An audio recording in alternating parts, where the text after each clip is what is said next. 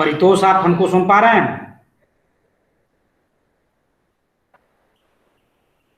परितोष द्विवेदी, परितोष द्विवेदी, आपको आवाज मेरी आ रही है?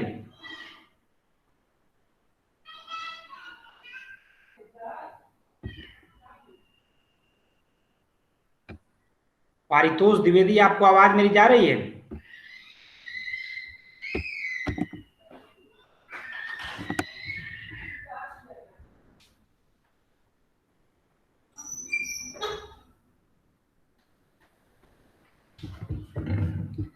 परितोष द्विवेदी, आपको आवाज मेरी जा रही है बेटा? लग रहा है कि परितोष मेरी आवाज नहीं सुन पा रहा है। आशुतोष, आवाज जा रही है मेरी क्लियर?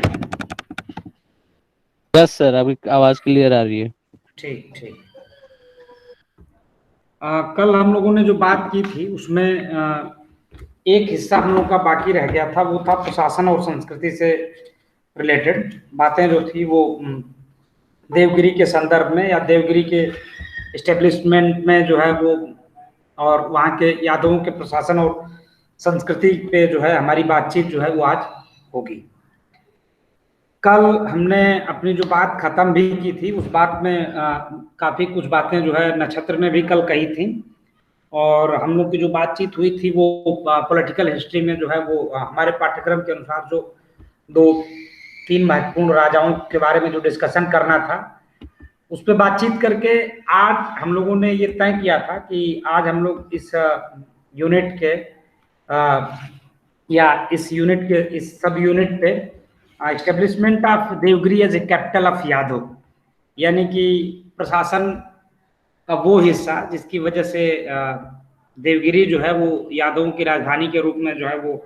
इस्टेब्लिशमेंट हुआ, उसी के एक पॉलिटिकल स्ट्रक्चर पे या उसके एडमिनिस्ट्रेटिव स्ट्रक्चर पे जो है हम लोग बातचीत करेंगे। तो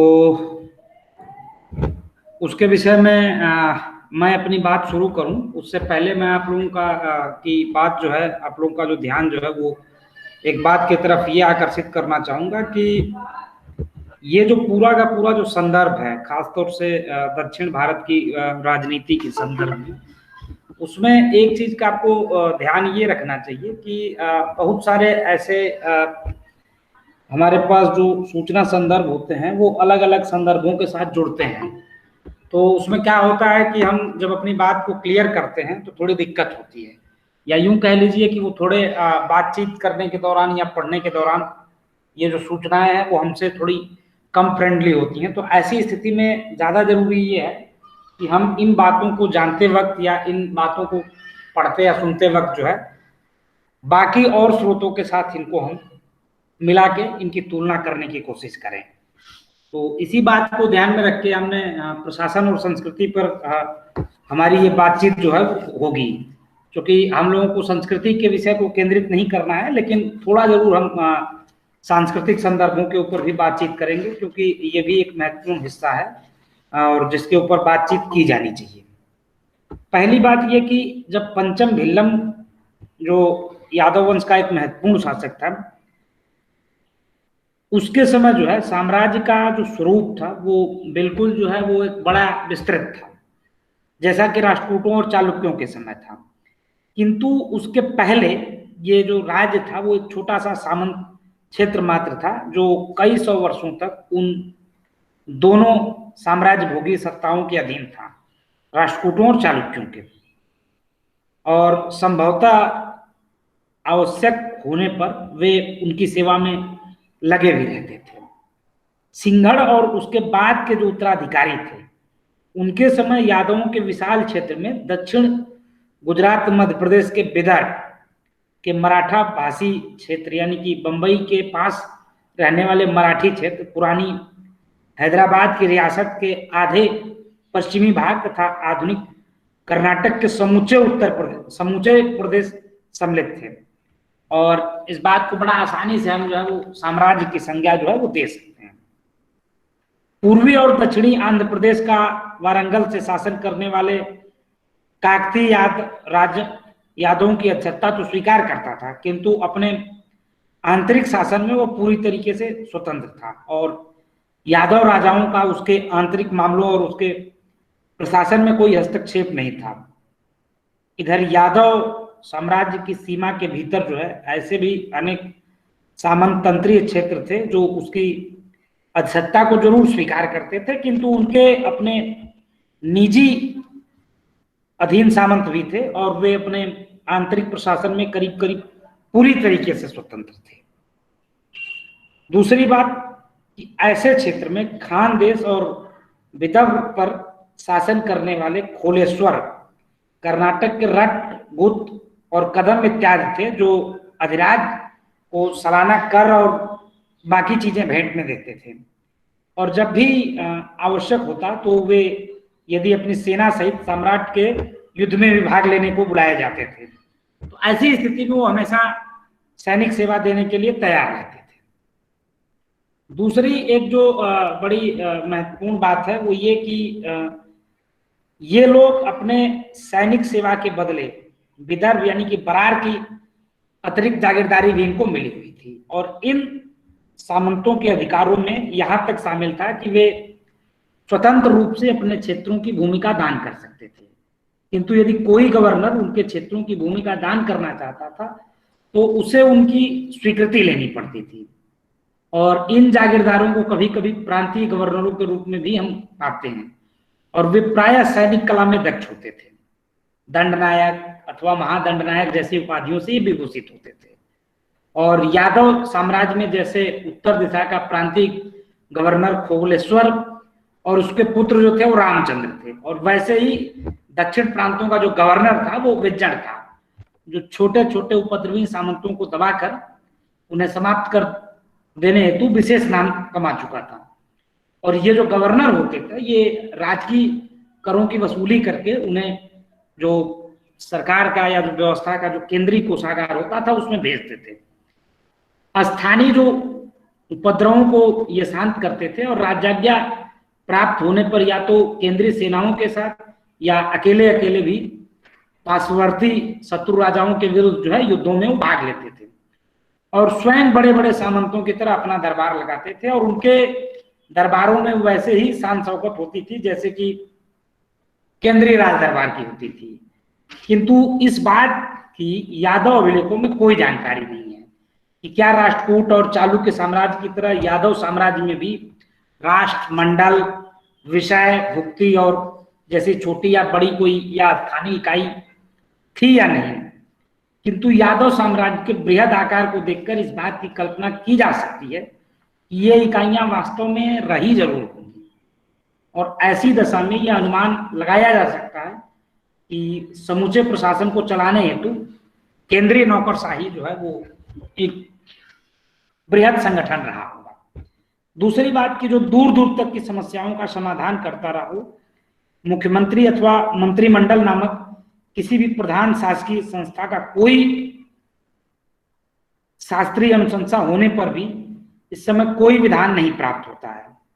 तथापि ऐसे अनेक बड़े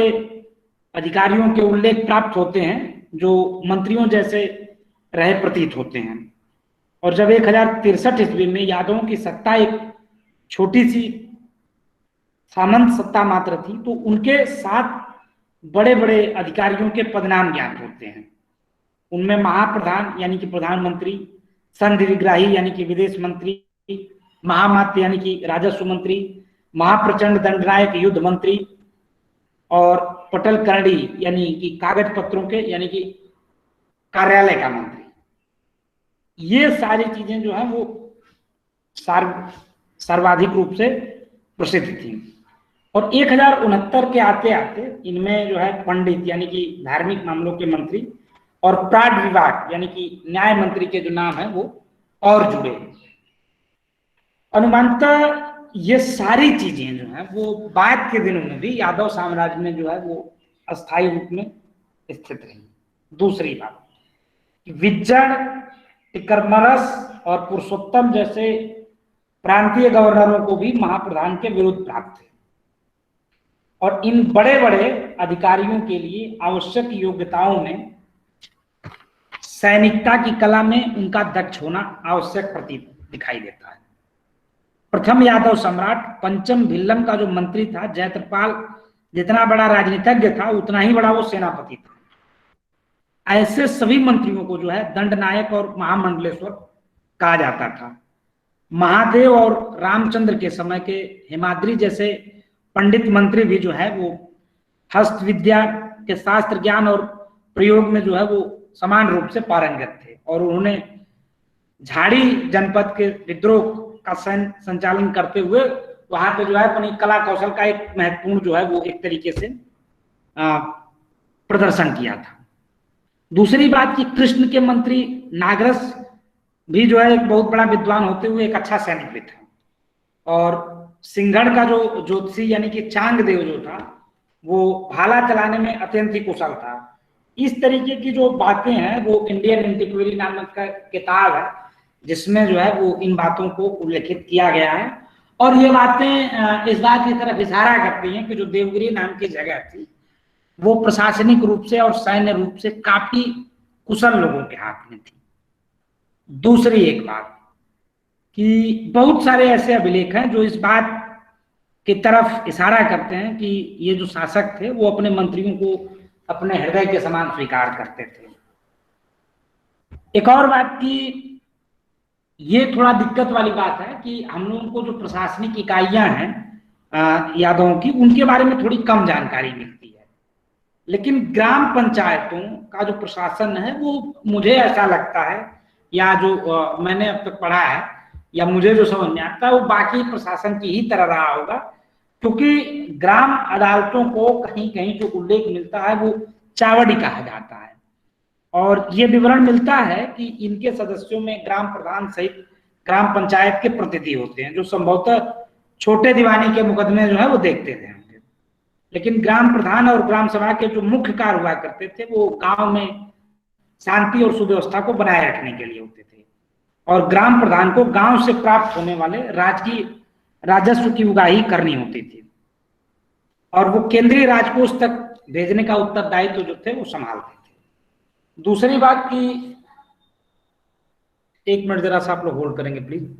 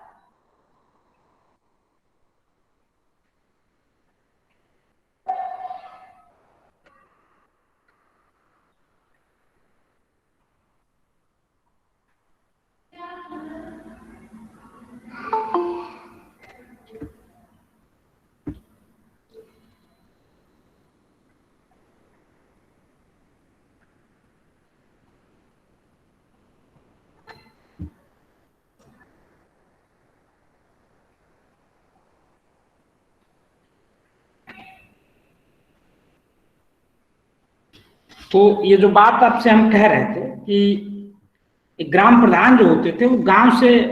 मिलने वाले राजकीय राजस्व की उगाही करते थे और उसको केंद्रीय राजकोष तक भेजने का उत्तरदायित्व भी संभालते थे। दूसरी बात कि राजस्व के जो मुख्य स्रोत होते थे उसमें खानों के का अधिकार, गुप्त धन पर राज्य का अधिकार, जंगली भूमि, खिल भूमि, अकृष्ट भूमि, बाग बगीचों, तालाब और पोखरों, जंगलों और जो व्यक्तिगत स्वामित्व के बाहर वाले वृक्षों आदि की गिनती जो है वो दान परक अभिलेखों के आधार पर की जा सकती है। जो दान देते समय राज्य की ओर से दान ग्रहीताओं को हस्तांतरित की जाती थी, और जो राज्य की जो प्रमुख आय थी वो कृषि थी, और उसी से जो है राज्य की जो व्यवस्था थी वो चलती थी। किंतु कृषि की पूरी उत्पत्ति पर न तो राज्य का अधिकार था न कि दान ग्रहीताओं का। जोती जाने वाली जो सारी व्यक्तिगत जमीन जो होती थी वो व्यक्तिगत स्वामित्व में होती थी। राज्य जो होता था वो द्रंग, उपरिकर और विष्ट नामक अतिरिक्त करों से वसूला जाता था। और जो रास्ते का कर था यानी कि पथकर होता था, और जो आबकारी कर होता था, और उनके अनेक प्रकार के जो व्यापारिक शुल्क भी जो है वो राजकीय आय के जो है वो एक तरीके से अन्य स्रोतों में थे। यद्यपि इस बात का कोई प्रत्यक्ष उल्लेख तो नहीं है, लेकिन ये तय है कि विदेशी व्यापार जो है वो होता था, लेकिन ये नहीं पता चलता है कि विदेशी व्यापार जो है वो किस मात्रा में अथवा किन करों से जो है वो तय किया जाता था। दूसरी बात की ये भी ज्ञात होता है कि यादव साम्राज्य का जो विस्तार है, पश्चिमी विस्तार जो था वो समुद्रों तक था, और भरूच जैसे अनेक बंदरगाह भी जो थे वो इसके अधिकार में थे, और विदेशी जहाजों के यहाँ आने जाने और उन्हें टिकने और माल के भीतरी क्षेत्रों में प्रवेश होने आदि की व्यवस्थाओं से उन्हें भरपूर आय होती रही होगी। दूसरी बात की यादवों के शासन व्यवस्था के अंतर्गत जो है वो महाराष्ट्र, कर्नाटक में आर्थिक जो संगठन थे उनमें जो है वो वीर बड़ज नामक एक संस्था, यानी कि जो हम जब आप बौद्ध स्रोत देखेंगे तो उसमें श्रेणी का एक वर्ग उल्लिखित किया गया है, तो उसमें सर्वप्रमुख रूप से प्राप्त होते हैं अभी भी। हेलो, हाँ बोलिए धीरज। हाँ धीरज, आप कुछ कह रहे हैं? तो ये एक तरीके से जो मध्यकालीन जो वर्णन है वो सॉरी ये जो यादव प्रशासनिक व्यवस्था के जो वर्णन है वो बिल्कुल ये जो वीर बणज नामक जो संस्था है वो ऐसा लगता है कि ये जो श्रेणी एक संदर्भ है उसके साथ ये मिलती जुलती है। और अभी भी इसका जो है मुख्य केंद्र जो है वो अहिरोड नामक केंद्र में था, और इसके जो व्यापारिक सदस्यों की जो संख्या थी वो करीब करीब 500 के आसपास थी, जो संभवतः उनकी कार्यकारी समिति थी, और सभी मुख्य नगरों में इसकी शाखाएं फैली हुई थी, और व्यापार और उद्योग से संबंधित कोई भी व्यवसाय अथवा आजीविका ऐसी नहीं थी जो इस संरक्षण से बाहर की जाती रही होगी। संत ज्ञानेश्वर की जो लिखी गई ज्ञानेश्वरी है उसमें यादवों द्वारा जो प्रसारित, मुद्रित और उनके साम्राज्य के भीतर प्रसारित स्वर्ण सिक्कों का एक उल्लेख है, और इसकी जो पुष्टि है वो कृष्णा जनपद के रथपट्टनम नामक एक स्थान से जो एक सिक्कों का एक ढेर मिला है, जिसका उल्लेख जो है वो journal of royal Asiatic society में किया गया है, उससे एक होता है। दूसरी बात की इन्हें पदम टंक प्रकार के सिक्कों के रूप में भी अभिहित किया गया है, और इन सिक्कों में इनका जो भार है वो 17 ग्रेन के बराबर बताया गया है, और उन पर जो है वो विभिन्न यादव राजाओं के जो नाम हैं वो अंकित हैं। अब तक सिंहड़, कृष्ण, महादेव और रामचंद्र के द्वारा मुद्रित सिक्कों की पहचान की जा चुकी है, किंतु यादवों के चांदी अथवा तांबे के कोई सिक्के नहीं मिलते हैं। छोटे छोटे सभी लेन देन विनिमय द्वारा ही किए जाते थे, और मुसलमानों ने देवगिरी की लूट से जो है वो 14वीं सदी में जो विशाल धन संपत्ति, सोना, मोती, बहुमूल्य रत्न, हाथी, हजारों घोड़े और बाकी जो भेंटें लूटी थी वो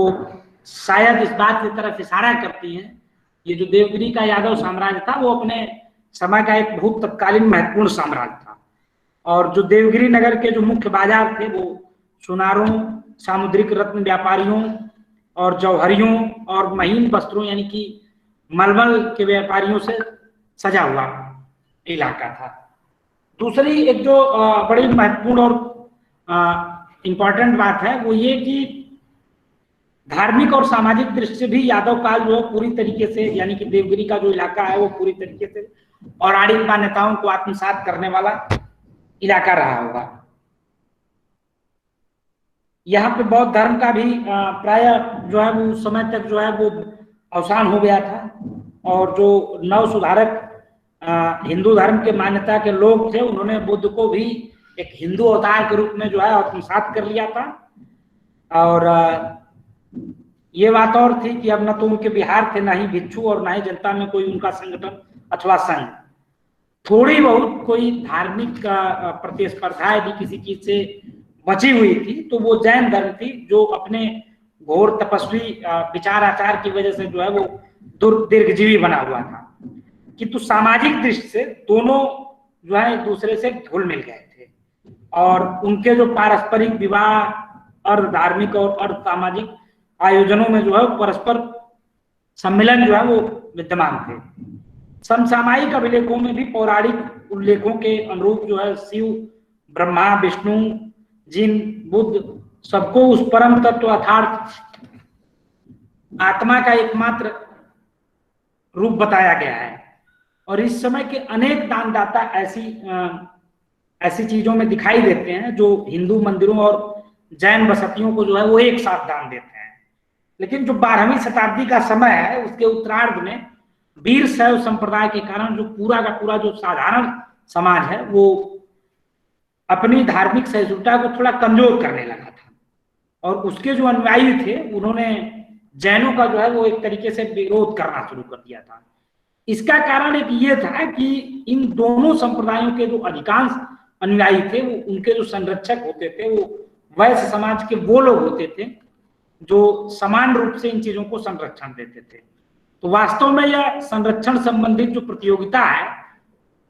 वो एक तरीके से ऐसे माहौल में खड़ी थी या इन बातों की तरफ खड़ी थी जो इन संघर्षों के जरूर मध्य में थी, लेकिन धार्मिक उत्पीड़न का कोई बहुत विशेष प्रकार का जो विवरण जो है वो नहीं मिलता है। दूसरी बात कि मंदिर जो है वो अब भी सामाजिक, सांस्कृतिक और जो धार्मिक जीवन की आस्था का केंद्र थे, और देवगिरी की जो मंदिरों की संरचना थी वो इस बात की तरफ इशारा करती है कि ये एक तरीके से धार्मिक मान्यताओं वाला एक बहुत ही महत्वपूर्ण केंद्र था। दूसरी बात की प्राप्त होने वाले धनों में से और दानों में से आगमों, पुराणों और महाभारत के पाठों द्वारा जो है वो धर्म संस्कृति की परंपरा को जो है वो उच्चारणित करवा के या लोगों के बीच में जो है उसका प्रचार प्रसार करवा के आगे बढ़ाया जाता था। प्रशासन द्वारा विद्यार्थी, साधु और तमाम अपाहिज और जो यायावर तरीके के लोग थे उनको जो है वो नगर के जो निवासी थे वो अपने घरों में भोजन इत्यादि करवा के उनकी सेवा अर्चना भी करते थे। दूसरी बात की जो नगर था वो एक तरीके से गायन, वाद्य, नृत्य और देवताओं के मंदिरों को सउद्देश्य दान देने के लिए प्रसिद्ध था। धीरे धीरे इस समय जो है ये पूरा का पूरा जो नगर है वो एक तरीके से विट्ठल देव, और जो कि बाद में इनका महाराष्ट्र में भी वो एक तरीके से बड़ा महत्वपूर्ण स्थान था, तो वो इनकी पूजा जो है वो पूरे के पूरे देवगिरी साम्राज्य में जो है वो सार्वकालिक हो गई थी और महत्वपूर्ण हो गई थी। दूसरी बात की महाराष्ट्र के पंढरपुर में भी जो विट्ठल की मान्यता इतनी ज्यादा बढ़ गई थी कि दूर दूर से लोग उनके दर्शन हेतु आने लगे थे, और यादव राज कृष्ण के मल्ल सेठ नामक कर्नाटक वाले दक्षिणी प्रांत के जो गवर्नर थे उसने भी मंदिरों को ग्राम दान दिया था। दूसरी बात की जो साधारण समाज की जो सामाजिक और धार्मिक मान्यताएं थी उनमें पुराणों, निबंधों, धर्म शास्त्रों की अनुशंसाओं के जोड़ के जबरदस्त विवरण दिखाई देते हैं। पुराने वैदिक यज्ञ यागियों की जगह जो है अब व्रत, उपवास, तीर्थ और दान की प्रथाएं जो है वो जोर शोर से बढ़ने लगी थी। स्वयं जो महादेव थे वो मतलब महादेव और रामचंद्र के जो मंत्री हेमाद्रि ने जो उसका एक महत्वपूर्ण ग्रंथ था जिसका नाम चतुर्वर्ग चिंतामणि कहा जाता है, उसमें जो है एक तरीके से व्रत, दान, तीर्थ और मोक्ष और प्रायश्चित आदि विषयों में विस्तार पूर्वक चर्चा की गई है। इस युग में भक्ति संप्रदाय का जोर था और सुदूर दक्षिण में नैनार नामक शैव भक्तों और अड़वार नामक वैष्णव भक्तों के गीत, गायन, नर्तन मंदिरों की दिनचर्या के अटूट अंग के रूप में उपस्थित थे। सामाजिक क्षेत्रों में पर्दा प्रथा का जरूर अभाव था, किंतु सती के जो उदाहरण है वो मिलते हैं। और रामचंद्र की जो मृत्यु, हालांकि ये संदर्भ हम लोग के पाठ्यक्रम से बाहर है, तो उसकी मृत्यु के बाद जो है उसकी जो रानी थी उसने चिताओं को जलाकर अपने प्राण दिए थे, यह मत जो है व्यक्त है। लेकिन ये बात और है कि इस तरीके के जो विवरण है वो प्रायः केवल क्षत्रियों में थे और अन्य वर्णों में नहीं थे। और दूसरी एक बात की, जो साहित्यिक क्रियाकलापों के केंद्र जो हुआ करते थे उनको अग्रहार ग्राम कहा जाता था, और उनके जो प्राप्तकर्ता थे वो अपने घरों में विद्यालय चलाया करते थे। साथ ही साथ विशेष प्रकार के दानों के माध्यम से भी मंदिरों में विभिन्न शास्त्रों के अध्ययन और अध्यापन की व्यवस्थाएं चलती थी। और महाराष्ट्र यानी कि खानदेश का जो इलाका है वो पाटन नामक स्थान में प्रसिद्ध खगोल शास्त्री भास्कराचार्य के पौत्र चांगदेव ने अपने ग्रंथों में अनेक खगोल शास्त्रीय ग्रंथों के अध्ययन हेतु एक महाविद्यालय की स्थापना की थी, जिसे राज्य के अतिरिक्त व्यक्तिगत लोगों द्वारा जो है वो प्रभुत्व दान प्राप्त हुए थे। और मागली नामक एक दूसरा नगर भी यादव राज में उच्च शिक्षा का एक अन्य केंद्र था। यादवों के समय जो है वो कवि चक्रवर्ती त्रिविक्रम नामक एक ब्राह्मण विद्वान का जो है वो सारा का सारा परिवार जो है विद्वान लेखकों से भरा पड़ा था, और इसने दमयंती कथा नामक एक संस्कृत ग्रंथ की रचना की थी। और उसके पुत्र विद्यावती भास्कर ने परिवार भोज का आश्रय प्राप्त किया था, और भास्कर के प्रपौत्र कविश्वर महाश्वेचार्य ने शेखर और लघुटिका नामक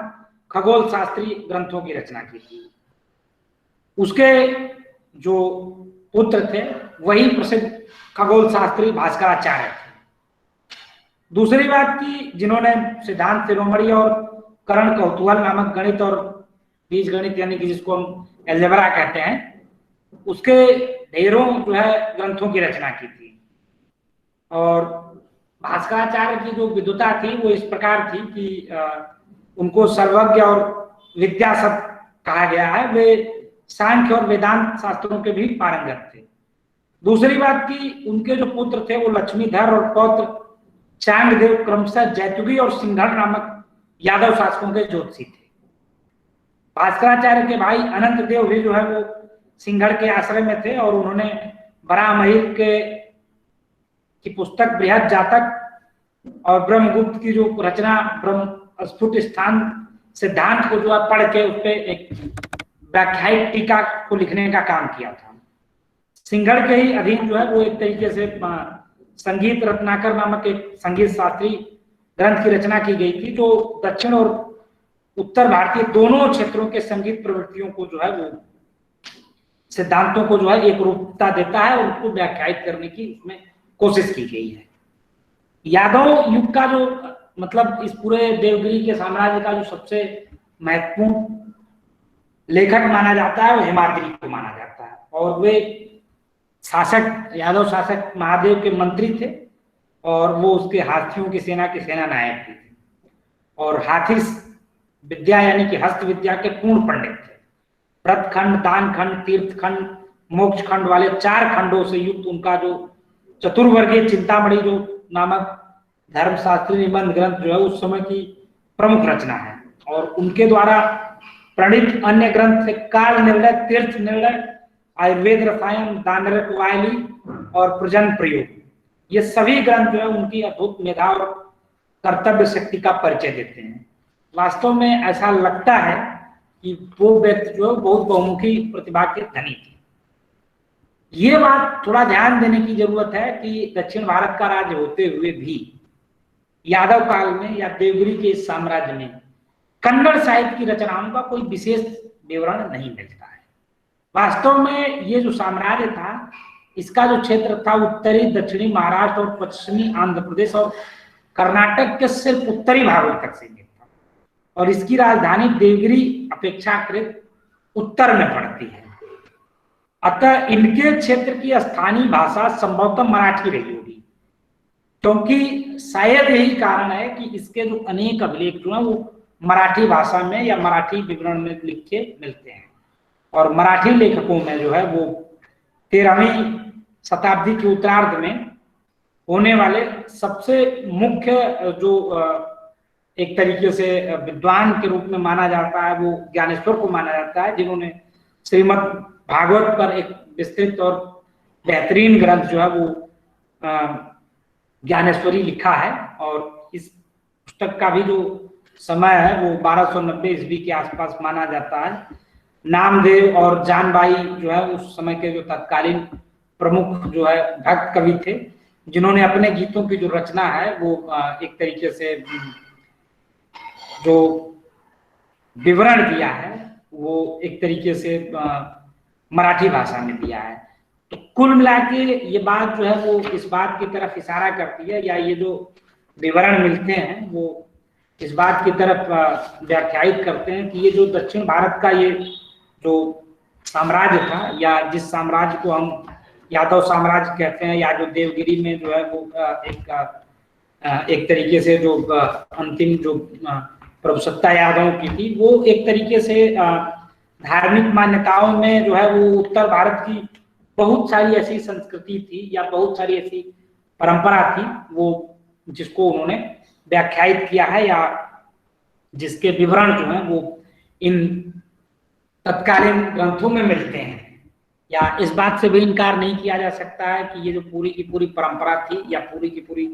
जो मान्यता है वो एक तरीके से सेउड़देश और फिल्लम पंचम और बाद के शासकों में जो है वो जैतुगी, सिंहड़, कृष्ण महादेव, रामचंद्र और इत्यादि के द्वारा जो है वो एक व्यापारिक केंद्र के रूप में देवगिरी को, एक प्रशासनिक केंद्र के रूप में देवगिरी को और एक महत्वपूर्ण दक्षिण भारत के साम्राज्य के रूप में स्थापित करने के लिए जाना जाता है। मेरी बात आप लोगों को स्पष्ट हो रही है? Yes sir. पारितोष, आपको आवाज जा रही है मेरी? Yes sir. कल आप से कुछ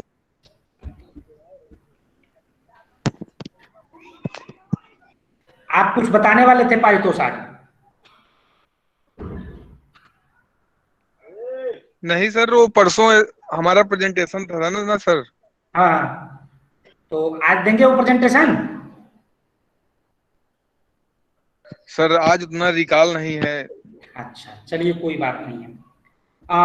अब मुझे लगता है कि ये पूरा का पूरा जो संदर्भ है वो मुझे ऐसा लगता है कि एक तरीके से ये जो बात अब तक हमारी आपकी जो हुई है वो लगभग जो है वो पूरी समझ में आती है। इस यूनिट में जो है वो 2 या 3 और हिस्से हैं। एक हिस्सा जो है होयसल यानी कि द्वार समुद्र के वीर बल्लाल नामक शासक के संदर्भ में है, और दूसरा एक जो महत्वपूर्ण संदर्भ है वो काकतीय यानी कि वारंगल के काकतीय वंश के ऊपर बातचीत करना है। और एक अंतिम जो संदर्भ है इस यूनिट का जो है वो वेस्टर्न गंगेज के जो है वो गांग जो है वो उसमें सारी पुरुष और बाकी अन्य शासकों के साथ जो है उनके आर्ट और बाकी चीजों पे बातचीत करनी है। तो मेरे दिमाग या मेरे जहन में एक बात थी कि मैं आप लोगों से जो है वो आज जो है वो वारंगल के काकतीय वंश के प्रारंभिक संरचना पे या उनके प्रारंभिक स्वरूप पे थोड़ी बातचीत जो है वो करूंगा, और इनकी जो इनके बारे में जो प्रारंभिक जानकारी मिलती है, क्योंकि हम लोगों को बहुत कुछ नहीं पढ़ना है। एक शासक के रूप में हम लोगों को वारंगल के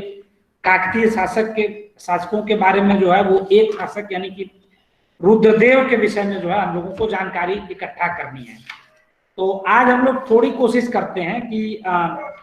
कुछ कुछ जानकारियों के साथ जो है अपने इस पूरे विवरण में जो है हम लोग आज जो है वारंगल के काकतीय वंश की जो प्रारंभिक रचना है या उसके जो प्रारंभिक विवरण जो है उनके बारे में जो है वो हम लोग थोड़ी बहुत जानकारी लेने की कोशिश जो है वो करेंगे। एक चीज आप समझिए कि ये जो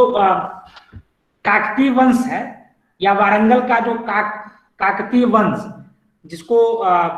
काकतीयाज हमारे पाठ्यक्रम में जो है वो उल्लेखित किया गया है,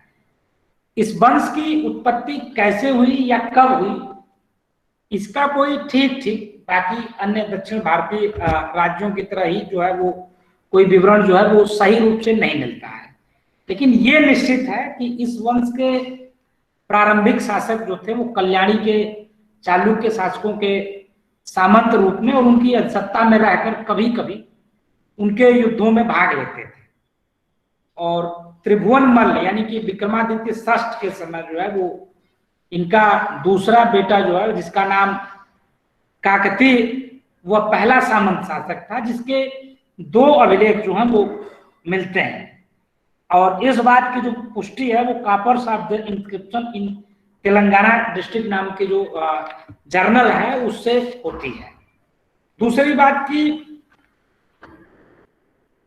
उसमें उसके पितामह यानी कि प्रथम बेट की जो सैनिक विजयों के उल्लेख किए गए हैं, किंतु उस छोटे से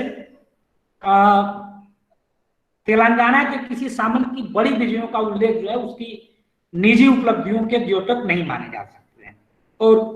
वो जो विजय हैं उसके राजा यानी कि उसके साम्राज्य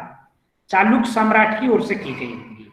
और वह जो सम्राट है उसके विषय में ऐसा लगता है कि वो जो विवरण है वो आहवमल यानी कि प्रथम सोमेश्वर का था, जिसने चोड़ क्षेत्रों पर पहले धावा बोला था। बेट के बाद उसका उत्तराधिकारी जो है प्रोल हुआ, जिसने अधिराज सोमेश्वर के कुछ उपद्रवी सामंतों को दबाने के बदले उसके अनुमकोड विषय को जो है अपनी जागीर के रूप में प्राप्त किया था। और यही छोटी सी रियासत जो है आगे चलकर एक बड़े काकतीय राज्य के रूप में जो है परिणित होकर आंध्र प्रदेश का गौरव बनी। ये भी आप समझ लीजिए कि इसका जो स्वरूप है वो वर्तमान समय की जो आंध्र प्रदेश की जो सीमा है उन सीमाओं के साथ जो है वो लगता है। दूसरी बात कि कांची के एकाम्र नाथ मंदिर से प्राप्त एक अभिलेख तथा स्वयं प्रौर के पौत्र गणपति देव के मोतपल्ली अभिलेख से यह ज्ञात होता है कि प्रोल ने सिंचाई की सुविधा हेतु केसरी अथवा जगत केसरी नामक एक तालाब खुलवाया था। और 1075 ईस्वी में प्रोल की मृत्यु के बाद जो है उसका पुत्र जो है यानी कि द्वितीय बेट जो है उसका उत्तराधिकारी हुआ। और उसके समय एक तो उसके ही अधिकार क्षेत्रों में अव्यवस्था फैल गई थी और दूसरे चालुक्य साम्राज्य की जो राजगद्दी हेतु जो है वो राज्याधिकार का जो युद्ध है वो छिड़ गया था। और उसके क्षेत्रों के मध्य यह जो अव्यवस्था का कारण था वो ये अनुमानित किया गया है कि उपयुक्त उत्तराधिकार के युद्ध में बेट ने जो है वो कदाचित सोमेश्वर का पक्ष लिया होगा, जिससे अप्रसन्न होकर विक्रमादित्य ने बेट की छोटी सी जागीरदारी करने वाले राजा के आसपास के सरदारों को उसके विरुद्ध जो है उभार दिया। किंतु जो बेट था वो विक्रमादित्य के सम्मुख जो है उसने क्षमा याचना कर ली थी और बदले में उसे जो है वो करीब करीब एक शब्दावली उपयोग में लाई गई है शब्द, वो हमको लगता है कि क्षेत्र से संदर्भित है। 1000 सभ्यों की जागीरदारी दी गई थी जिसमें अनुमकोड और कोराबी के जिले जो थे वो सम्मिलित थे। और उसके बाद जो है द्वितीय बेट यानी कि विक्रमादित्य के मालवा और चोड़ राज्यों के विरुद्ध किए गए अभियानों में जो है वो उसके भाग लेने का जो है विवरण मिलता है। दूसरी एक जो बड़ी महत्वपूर्ण और इम्पोर्टेंट बात है वो ये कि द्वितीय बेट का जो उत्तराधिकारी हुआ था उसका पुत्र दुर्गन प्रति था। उसका एकमात्र अभिलेख जो है वो वारंगल जनपद के काजीपेट नामक स्थान से मिलता है, लेकिन इसका कोई ऐतिहासिक महत्व जो है या इसके विषय में कोई ऐतिहासिक जानकारी जो है वो बहुत ठोस रूप से हमको जो है वो नहीं मिलती है। और 1117 के आसपास जो है वो ये विवरण मिलता है कि उसका जो दुर्गपति था उसका जो एक तरीके से दूसरा जो बेटा था और उसका नाम द्वितीय प्रोल बताया जाता है। उसके समय से जो अभिलेख प्राप्त होते हैं उनमें उसकी कुछ विजयों का उल्लेख मिलता है जो इस बात की तरफ निश्चय करते हैं कि उसके अधिराज और उसके चालुक्य सम्राट की ओर से लड़े गए होंगे। किंतु न तो यह निश्चित रूप से किया जा सकता है कि प्रोल के ये जो पराजित शत्रु थे वास्तव में कौन कौन से थे। नहीं यह माना जा सकता है कि वो इन युद्धों में क्या करता था। और असंभव नहीं है कि विक्रमादित्य की मृत्यु के बाद जो है वो चालुक्य साम्राज्य की जो उत्तरोत्तर गहराती हुई कमजोरी के कारण उसने अपने शासित क्षेत्रों को अधिक विस्तृत करने में प्रयत्न किए होंगे। और 1135 के आसपास तक चोलों ने वेंगी वाले उन क्षेत्रों से चालुक्य सत्ता को जो है बाहर निकाल दिया था। जिन्हें षष्ठ विक्रमादित्य के ब्राह्मण सेनापति यानी कि दंड नायक अनंतपाल ने अपनी सीमा की स्वामी की ओर से जीत कर जो है वो चालुक्य शासन के भीतर ला दिया था। और दूसरी बात कि पुनः विक्रमादित्य के उत्तराधिकारी यानी कि तृतीय सोमेश्वर की 1131 ईस्वी में मृत्यु हो गई थी। और उसके बाद जो है चालुक्य वंश के सभी सामंत जो हैं वो उस साम्राज्य के विभिन्न भागों पर अधिकृत हो जाने का प्रयत्न करने लगे थे। और द्वितीय प्रोल भी जो है उस क्षेत्र वृद्धि की इस दौड़ में किसी से पीछे नहीं था और उसने गोदावरी और जो कृष्णा नदी थी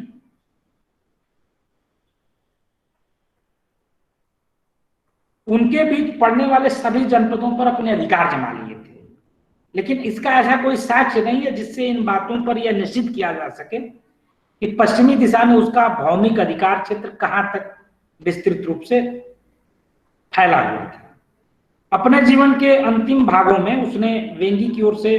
बढ़ते हुए अपनी विजयों का क्षेत्र जो है और अधिक बढ़ाना चाहा, जो उसके लिए आत्मघाती साबित हुआ। और उसी दिशा के अपने शत्रुओं के हाथों में वह युद्धस्थल में मारा गया। दूसरी बात कि द्वितीय प्रोल का जो महत्व है वो इस बात में भी निहित है कि उसने अपने युद्धों द्वारा चालुक्य सत्ता के पतन का लाभ उठाते हुए काकतीय वंश के लिए आंध्र में एक स्वतंत्र सत्ता की स्थापना में सफलता पाया था। इसी पूरी की पूरी पृष्ठभूमि में हमको जो है वो स्वतंत्र काकतीय सत्ता का जो है विवरण मिलता है और इसी विवरण के उद्धरण के आधार पर जो है हमको अपने पाठ्यक्रम में या अपनी विवरण में जो है रुद्रदेव जिसका शासनकाल जो है वो हम लोगों को जो है 1162 से 1196 ईस्वी के बीच में बताया जाता है, उसके शासन व्यवस्था के रूप में या उसके प्रशासन के ऊपर जो है आप लोगों को बातचीत करनी है। तो मेरी आप लोगों से एक दरख्वास्त है कि ये पाठ्यक्रम में हम लोगों को लगता है कि मुझे लगता है कि चूंकि दो विद्यार्थियों ने काफी अच्छा प्रेजेंटेशन दिया है, उसमें आशुतोष, नक्षत्र और एक दो और स्टूडेंट ने, तो मैं ये चाहता हूं कि कुछ एक चूंकि बहुत ज्यादा पाठ्यक्रम में चीजें नहीं बची हुई हैं, लेकिन मुझे लगता है कि कुछ एक चीजें हैं जिन पे आप लोगों से बातचीत थोड़ा आसान तरीके से की जा सकती है, क्योंकि पॉलिटिकल हिस्ट्री से आप बहुत ज्यादा फ्रेंडली नहीं हो पा रहे होंगे पढ़ाते वक्त। लेकिन मुझे ऐसा लगता है कि जो हमारी जो आखिरी यूनिट है या हमारी जो cultural exchange between India and south east Asia, idea of greater India, important trade routes and linking India and countries of south east Asia, ये एक यूनिट है जिसपे हम लोग काफी गंभीरता से बातचीत कर सकते हैं, या एक ऐसी यूनिट है जिसके ऊपर मुझे लगता है कि आप लोग व्यवहारिक रूप से अपनी अंडरस्टैंडिंग समझ सकते हैं। तो कल की क्लास के बाद जो है या परसों 2 दिन की और की क्लास के बाद जो है हम लोग थोड़ा, मैं ये कोशिश करूंगा कि आप लोगों से बातचीत की गुंजाइश रखी जाए और इस पे थोड़ा डिस्कशन जैसा माहौल हो, क्योंकि जब तक इम्तिहान नहीं होते हैं तब तक मुझे नहीं लगता कि आप लोगों से बहुत ज्यादा मतलब आप लोगों के पास भी कोई ऐसा काम होगा। तो जैसे हम लोग ऑनलाइन होते हैं वैसे ही हम लोग ऑनलाइन होके थोड़ा थोड़ा कुछ कुछ चीजें जो है वो डिस्कस करेंगे। लेकिन कल जो है पहले हम लोग जो है वो एक तरीके से, तो इसके लिए क्या करना होगा कि आप सारे लोगों में से कुछ एक लोग जो है वो अपने दिमाग में या अपने जहन में बैठा लीजिए कि कैसे जो है आप लोगों को बातचीत अपनी रखनी है। और मेरी उम्मीद है कि कम से कम 10 विद्यार्थियों का इस यूनिट 5 के ऊपर जो है प्रेजेंटेशन हो, बाद में जो है वो हम इसको कंक्लूड करेंगे, क्योंकि ये थोड़ा आसान भी है और थोड़ा आप लोगों के लिए परिचित होने जैसा भी है। और इसके सहारे कम से कम आप एक क्वेश्चन जो है बड़ा थॉरली जो है वो दक्षिण भारत का जो है वो तैयार कर सकते हैं और बड़ा कंसेप्चुअल डिबेट इसमें है। ये थोड़ा टेढ़ा मेढ़ा जो पॉलिटिकल हिस्ट्री है उससे थोड़ा अलग है। तो कल की जो हमारी क्लास होगी उसमें जो है हम लोग दक्षिण भारत के बाकी के शासकों में जो हमारी जो यूनिट दूसरी थी उसमें हम लोग जो है वो काकतीय वंश के रुद्रदेव शासक के ऊपर बातचीत करेंगे, और समय मिला तो हम लोग जो है वो होयसल के वीर बल्लाल यानी कि द्वार समुद्रा के ऊपर भी जो है शासन व्यवस्था के ऊपर भी थोड़ी बहुत चर्चा करके जो है उस यूनिट के अंतिम फेज में पहुंचेंगे। और एक हिस्सा और बचेगा वेस्टर्न गंगा वाला, उसके ऊपर भी बातचीत होगी। तो उसके ऊपर तो अभी मतलब क्योंकि कल की क्लास के बाद ही कोई बातचीत होगी, लेकिन मेरी आप लोगों से दरख्वास्त है कि आप लोग अपने दिमाग में, अपने जहन में जो है वो यूनिट 5 के लिए जो है वो एक फ्रेम बनाइए, ताकि हम लोग एक हेल्दी डिस्कशन या एक अपने तरीके की बातचीत जो है आप सारे लोग जो है उसमें पार्टिसिपेट कर सके। मेरी बात आप लोगों को समझ में आ रही है मैं क्या कह रहा हूँ? Yes sir. तो सर एक प्रश्न था सर। हेलो। हाँ, क्या क्या कह रहे हैं सोनू? हाँ सर, एक प्रश्न था। हाँ बोलिए। जैसे सर जैसे प्राचीन काल में जितने वंशों ने भारत पे शासन किया हुआ है, जैसे कि मौर्य वंश है, चौहान वंश है, ये यादव वंश है, हाँ हाँ। और वर्तमान में जो जाति व्यवस्था है और लोग अपने नाम के आगे जैसे यादव, मौर्य, चौहान ये हाँ। फिर टाइटल लगाते हैं, तो उनका उन वंश से संबंधित होने की क्या कितनी संभावनाएं हैं या क्या है सर ये? फिर से इस थोड़ा सा अपनी बात को कहिए। जैसे सर बहुत प्राचीन समय से जैसे मौर्य वंश शासन किया भारत पे, और ये चौहान वंश, यादव वंश और भी बहुत सारे वंश हैं, और उन वंश के जैसे अभी जाति व्यवस्था में लोग टाइटल यूज करते हैं कि हम हमारा नाम ही है सोनू मौर्य। हम समझ गए, आपका सवाल समझ गया। मैं थोड़ा अपनी बात को जो है वो तफसील से ये कहूंगा।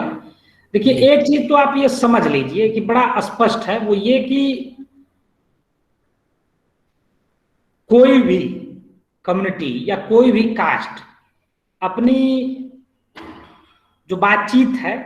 या अपनी जो रक्त शुद्धता है उसका अंतिम दावा नहीं कर सकती है।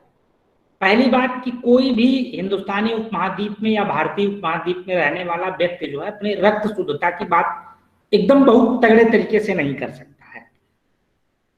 दूसरी बात कि ये जो बात आप कह रहे हैं कि चाहे यादव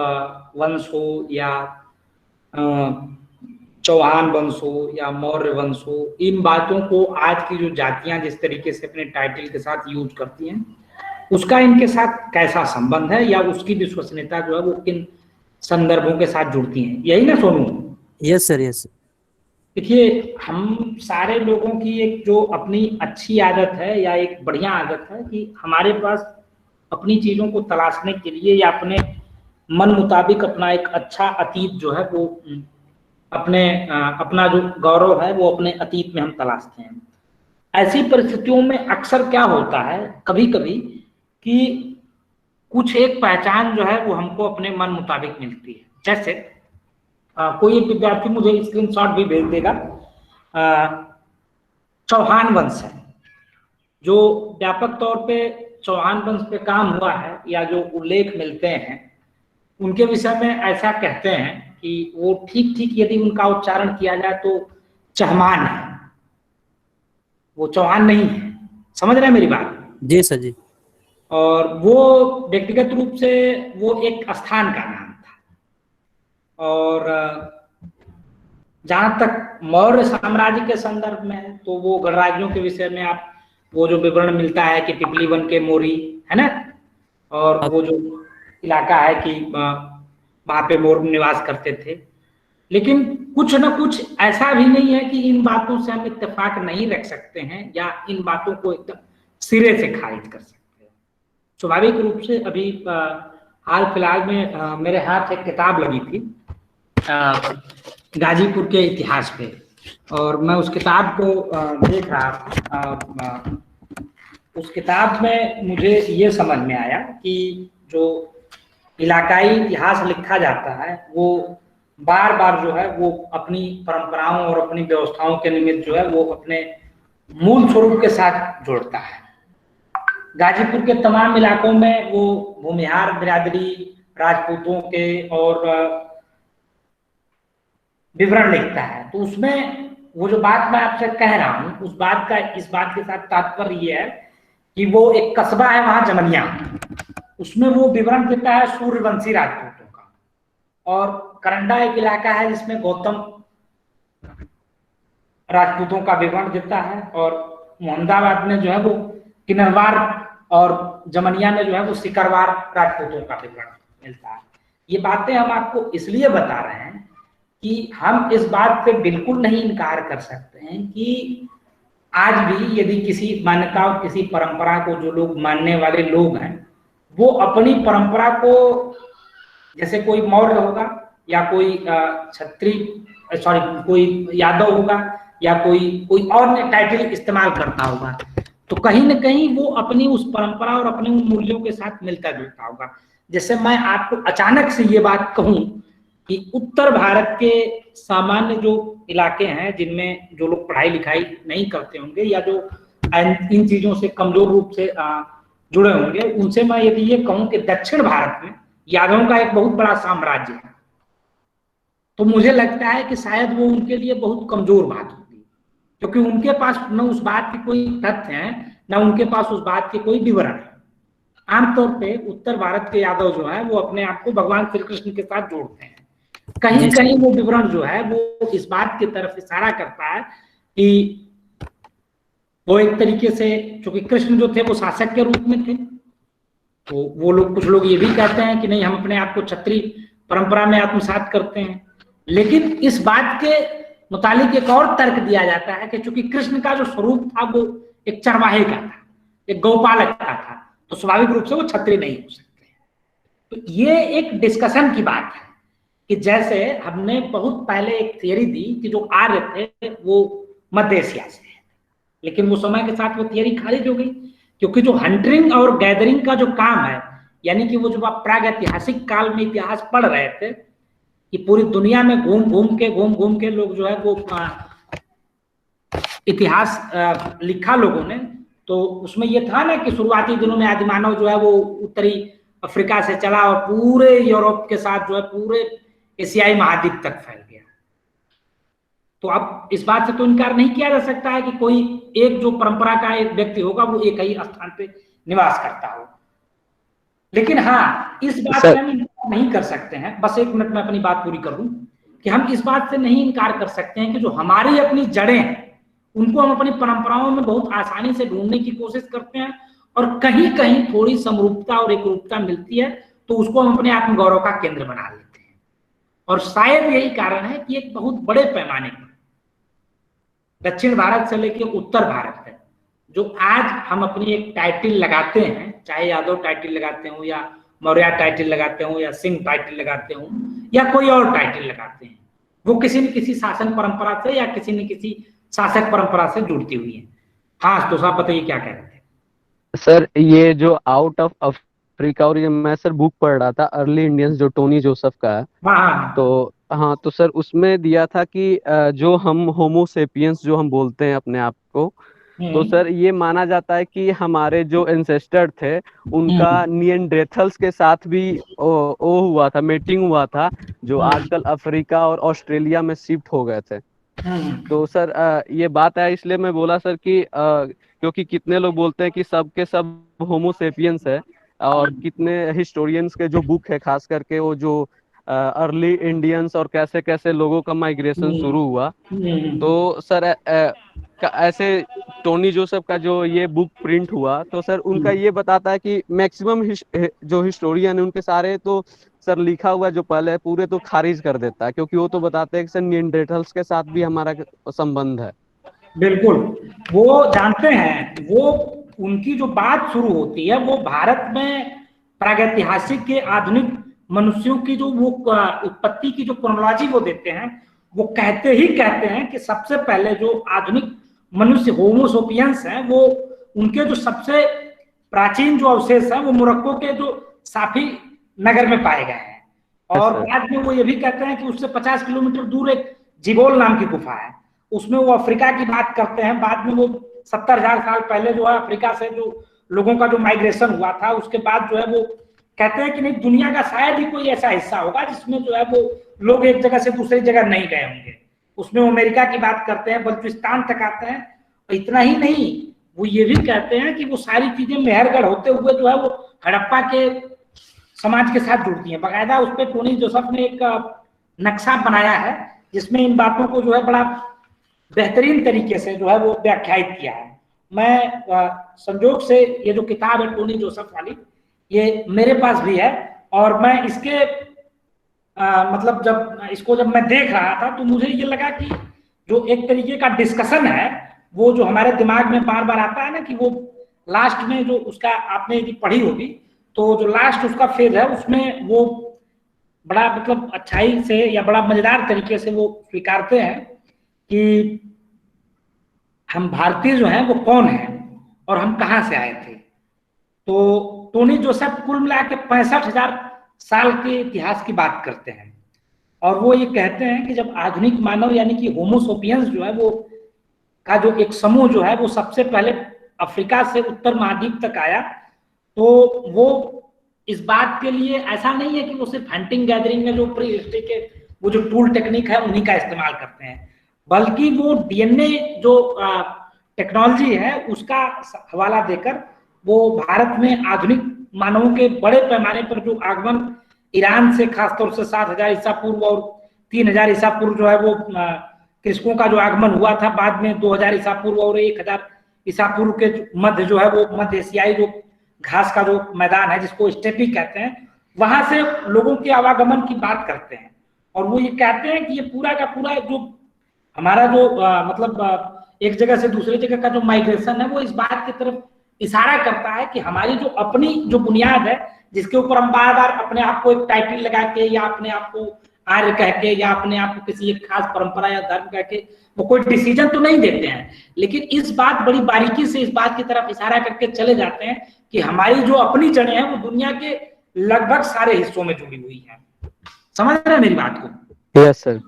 और मुझे लगता है कि आप सारे विद्यार्थियों को जो है ये किताब जो है वो जरूर देखनी चाहिए, बहुत मजेदार किताब है। यदि आप लोग के पास समय मिलता है, क्योंकि लॉकडाउन चल रहा है,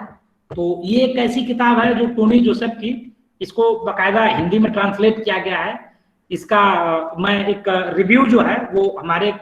सीनियर ने बहुत दिनों पहले जो है वो लिखा था। फेसबुक पे आप लोगों में से कोई है? Yes sir. सारे हैं सर। तो हमारी फ्रेंड लिस्ट में जो है वो आप देखिएगा, एक शुभनीत कौशिक नाम के एक सीनियर हमारे थे। मैं कोशिश करता हूं कि वो रिव्यू जो है आप लोगों को ग्रुप में शेयर कर दूं, लेकिन ये किताब हिंदी में है और बाकायदा मुझे लगता है कि 350 रुपए के आसपास की है और मंजुल प्रकाशन ने इसको छापा है। कोशिश करिए कि इस किताब को पढ़िए, बहुत ही बेहतरीन किताब है ना सर? और नई किताब आप पढ़ सकते हैं तो फेसबुक पे 5 मिनट समय निकाल के मेरी फ्रेंडशिप लिस्ट में जाके जो है शुभनीत कौशिक नाम के एक सज्जन है उनको सर्च करिए। और वैसे भी फेसबुक पे आरंभिक भारतीय, इंग्लिश में है अर्ली इंडियंस नाम से। ठीक है सर। और टोनी जोसेफ के बारे में एक छोटी सी जानकारी मैं आप लोगों को बता दूं कि ये मतलब कोई पेशेवर हिस्टोरियन नहीं है, लेकिन टोनी जोसेफ एक ऐसे व्यक्ति हैं जो बहुत आसानी से जो है मतलब इतिहास पे इतनी बहुत तगड़ी समझ रखने वाले जानकार आदमी हैं और ये बाकायदा इनके जो कॉलम वगैरह जो है वो न्यूज़पेपर वगैरह में आते हैं। तो कोशिश करिए कि नहीं कुछ तो आप कम से कम इस किताब का रिव्यू ही पढ़ लीजिए, अच्छी किताब है, बेहतरीन किताब है।